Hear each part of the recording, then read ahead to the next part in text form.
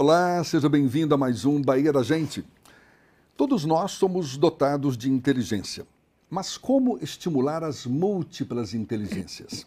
Como despertar e expandir novos conhecimentos sem que isso seja algo exaustivo e demorado?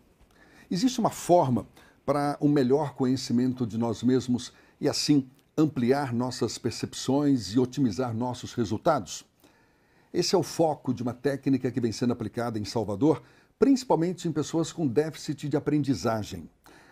Para conhecer mais sobre o assunto, é com muita honra que o Bahia da Gente recebe a pedagoga e neuroeducadora Rosana Medina. Seja bem-vinda, muito obrigado. Muito obrigada, Jefferson, pela oportunidade. Para mim é uma honra estar aqui falando sobre isso. Aquela história de que a gente não usa nem 10% da nossa cabeça animal, isso pode ser revertido e de que forma?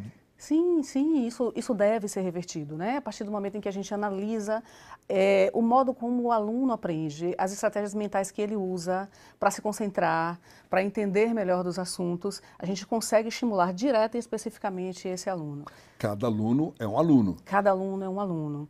Mas estudando nas neurociências, eu percebo que para além dessa atitude individual, dessa estratégia individual de aprendizado, é possível estimular coletivamente esses alunos dentro de um espaço como esse, por exemplo, no espaço escolar. É como se a gente dissesse, existe um padrão de raciocínio, de aprendizado que pode ser alterado de uma forma coletiva, é mais ou menos isso? Sim, pode ser. A gente precisa falar um pouquinho sobre as múltiplas inteligências, a gente precisaria falar um pouquinho sobre os canais preferenciais de aprendizagem. Por exemplo, existem pessoas que são extremamente visuais, então os alunos vão aprender mais vendo imagens, assistindo coisas, né?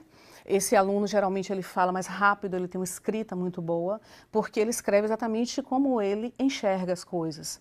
Se nós pensarmos num aluno que é predominantemente auditivo, esse aluno vai aprender muito mais ouvindo orientações do que vendo imagens. Então, ele já não vai ter uma escrita tão boa, porque ele vai escrever como ele ouve as coisas, as informações que lhe chegam. E se ele não estiver muito bem, ou se alguém passar essa informação de uma forma que não soe muito bem para ele, a caligrafia vai sair ruim. E ainda tem aquele que é sinestésico, Sim, não é? O sinestésico. Precisa do toque. Precisa do toque, precisa das sensações, e ele necessariamente vai ter uma caligrafia muito abaixo dos visuais e um pouco abaixo dos auditivos predominantemente, porque ele escreve as coisas como ele sente. Né? Em geral, as pessoas não têm consciência disso, né? Se são mais auditivas.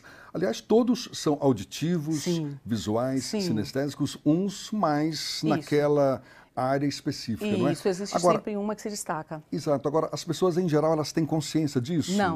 Não tem consciência, mas existem sinais, existem indícios que nos faz perceber quem é mais auditivo, quem é mais visual, quem é mais sinestésico. Normalmente, os auditivos, eles sentam na frente da sala, eles falam mais rápido, eles são mais rápidos, eles percebem as coisas numa velocidade mais rápida e se incomodam um pouco com o ritmo mais lento, seja do auditivo, seja do sinestésico.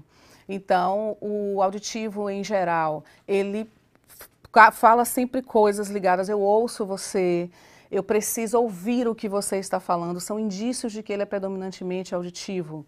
Já o sinestésico, ele prefere palavras que estimulem ele através de todo tipo de sensação, tá? E a presença e a movimentação do professor em sala de aula fazem toda a diferença. Mas a gente vai perceber se aquele aluno é mais auditivo, mais sinestésico, mais visual só com base no que ele fala?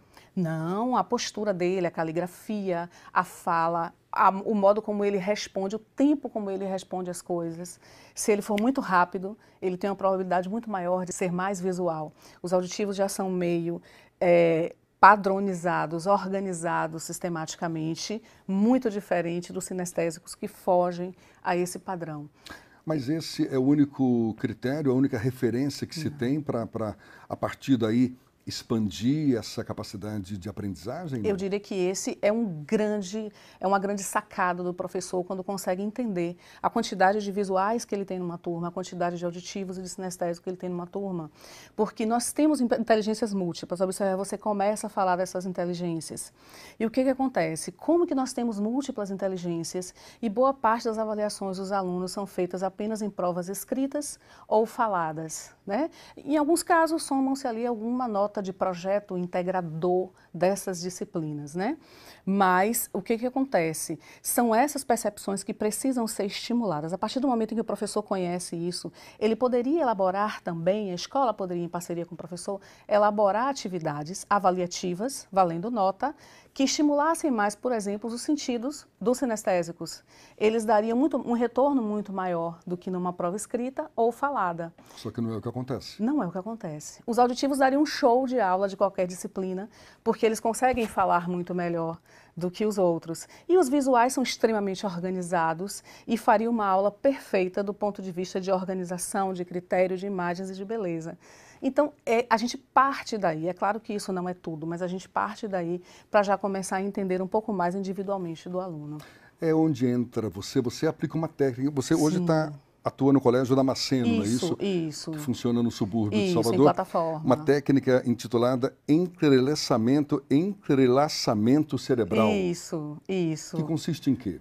Consiste assim, o nosso cérebro ele tem o hemisfério esquerdo e o hemisfério direito. Então, um é racional, é analítico, o outro é criativo. Quando a gente propõe o entrelaçamento desse cérebro, a gente quer trazer do aluno o máximo que ele tem para dar.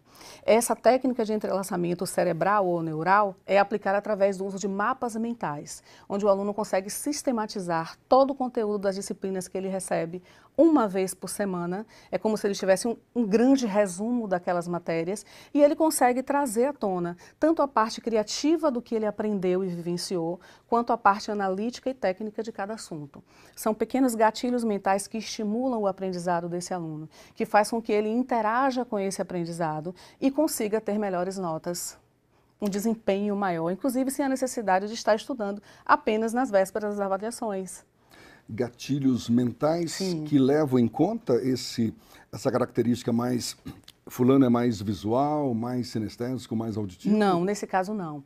Nesse caso seriam gatilhos mentais que ajudam a trazer o aluno para o foco e a concentração. Consequentemente, cada vez que ele faz ali durante a semana um mapa mental de tudo que ele viu, ele trabalha com a memória de fixação e de aprendizagem.